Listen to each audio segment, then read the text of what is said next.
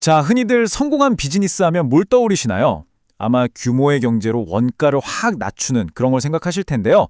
근데 오늘 이 생각이 단 하나의 과일 때문에 어떻게 완전히 뒤집힐 수 있는지, 그리고 머천다이징이라는 말의 진짜 의미가 뭔지 한번 제대로 파헤쳐보겠습니다.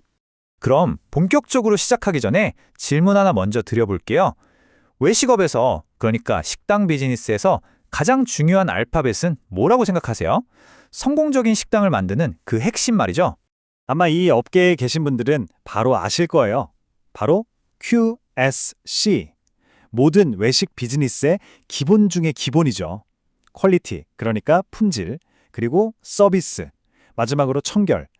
이 세 가지입니다. 근데 사실 진짜 핵심은 따로 있어요.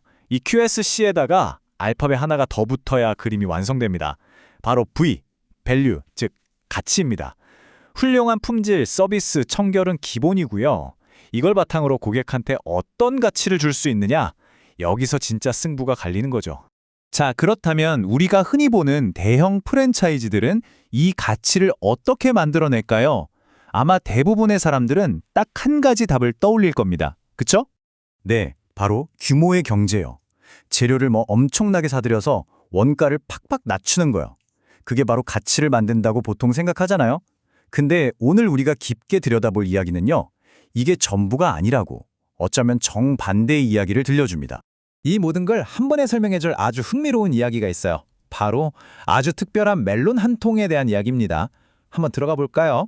이야기의 주인공인 저자는 어느 날 정말 말도 안 되는, 그러니까 모든 비즈니스 상식을 완전히 거스르는 것처럼 보이는 결정을 내립니다. 그게 뭐냐면 최고급 노란 멜론을 팔기로 한 거예요. 근데 이걸 그냥 파는 게 아니었어요. 들어간 노력을 한번 보세요. 정말 엄청납니다. 단순히 싼 재료를 구하는 것과는 차원이 다른 얘기였죠. 홋카이도에서 제일 좋은 걸 가져와야 하고 품질 때문에 배가 아니라 비행기로 실어 날라야 했어요. 그리고 가장 맛있을 때 딱 맞춰 팔아야 하니까 이건 시간과의 전쟁이었던 겁니다. 자, 이렇게까지 했으니 가격이 어땠을까요? 놀라지 마세요. 멜론 6분의 1 조각, 딱 한 조각에 무려 2,800엔. 정말 상상을 초월하는 가격표가 붙었습니다. 아니, 도대체 왜 이렇게까지 했을까요? 그냥 멜론 한 조각 파는데 말이죠. 그 이유가 바로 오늘 주제의 핵심입니다. 이들은 머천다이징, 우리가 흔히 MD라고 부르는 걸 그냥 부서의 업무 정도로 본 게 아니에요. 이걸 하나의 완전한 톱다운 철학으로 본 겁니다. 바로 이 문장입니다. MD는 최고 경영자의 사상 그 자체다. 이게 오늘 이야기에서 가장 중요한 핵심 중의 핵심이에요. 그러니까 MD라는 게 그냥 어떤 물건을 팔까 기획하는 실무가 아니라는 거죠. 이건 최고 경영자의 생각, 그 비전을 그대로 보여주는 행동 그 자체라는 아주 강력한 메시지입니다. 이걸 표로 보면 차이가 확 드러나죠. 왼쪽이 우리가 보통 생각하는 MD예요. 그냥 담당 부서가 예산에 맞춰서 원가 절감하는 거. 근데 오른쪽을 보세요. 저자의 철학은 완전히 다릅니다. MD는 CEO가 직접 챙기는 일이고 목표는 원가 절감이 아니라 고객 감동이에요. 예산이 아니라 비전이 모든 걸 이끌어가는 거죠. 자, 그럼 이 철학은 어디서 나오는 걸까요? 바로 고객의 신뢰를 얻기 위한 절대로 타협할 수 없는 세 가지 우선순위에서 시작됩니다. 저자는 MD를 할 때 반드시 지켜야 하는 절대 바꿀 수 없는 순서가 있다고 말합니다. 첫 번째가 뭔지 아세요? 바로 안전입니다. 그리고 두 번째가 맛. 가격은요?